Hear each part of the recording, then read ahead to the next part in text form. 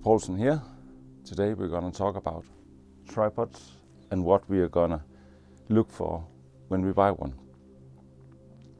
It's important that it's very stable and it's high, so we can get the tip of the rod so high up that we can get the line out of the breakers.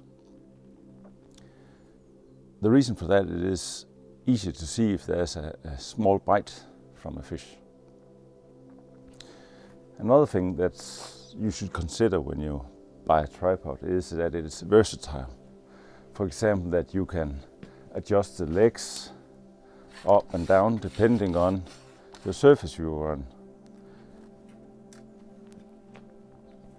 You can do that in this side as well, so you can get it higher up and lower down.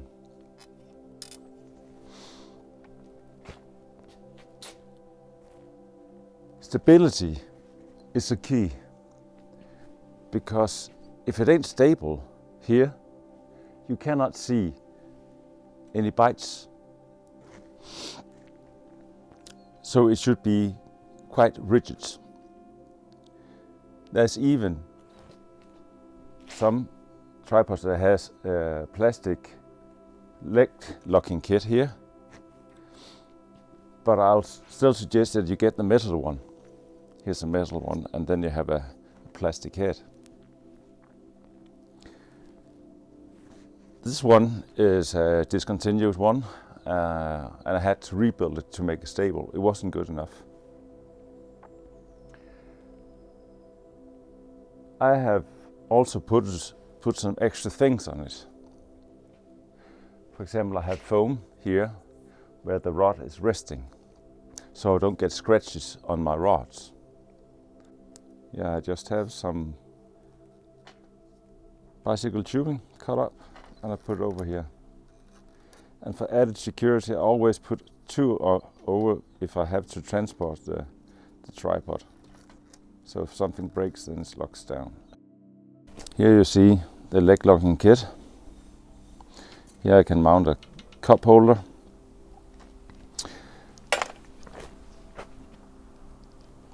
These here are trace hangers.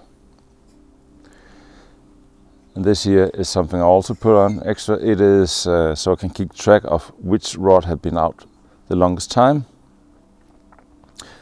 When you're in a competition, you sometimes get tired over time and cannot see or remember which one have been out the longest time. So the one that should come in, I turn that over to the side, so I always know that this one over here should get in. Here I added an extra head. I can weave with some tubing and some hooks and so on, so I can mount different things to it. For example, my bait box. See the bait box mounted, and I had some electrical strips here, so I can make sure that the lid doesn't blow away. These others are for my shelter. Here there is a hook for a bucket, or you could use it for your when you weigh fish. This bucket is very important that it touches the ground, and that you can adjust it so it does. The reason is wind. Imagine I have the bucket this high up and have the wind from where you are blowing this way. Then it might swing over, and then it will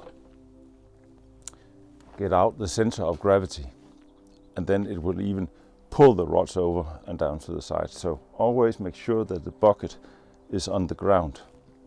What I do sometimes is that if you imagine the wind still coming from you, blowing this way, I put a stone on the back side so it cannot move over to the side. I might even push it a little bit over towards where the wind comes from. So to sum it up, you need stability, they need to be high enough, and versatile, so you can adjust it depending on the ground you're on. There's some that's very telescopic, and I would suggest that you keep them free of sand. It's a good idea to have a brush to brush it off before you pack up and put it into the car. I hope this short video has helped you to what you have to look for when you buy your new tripod. I know which one I'm gonna buy next time. I have some friends that has it and I know their experience with it. It doesn't have this leg lock and kick, but I'll move that over to the new one. Take care and have a good day.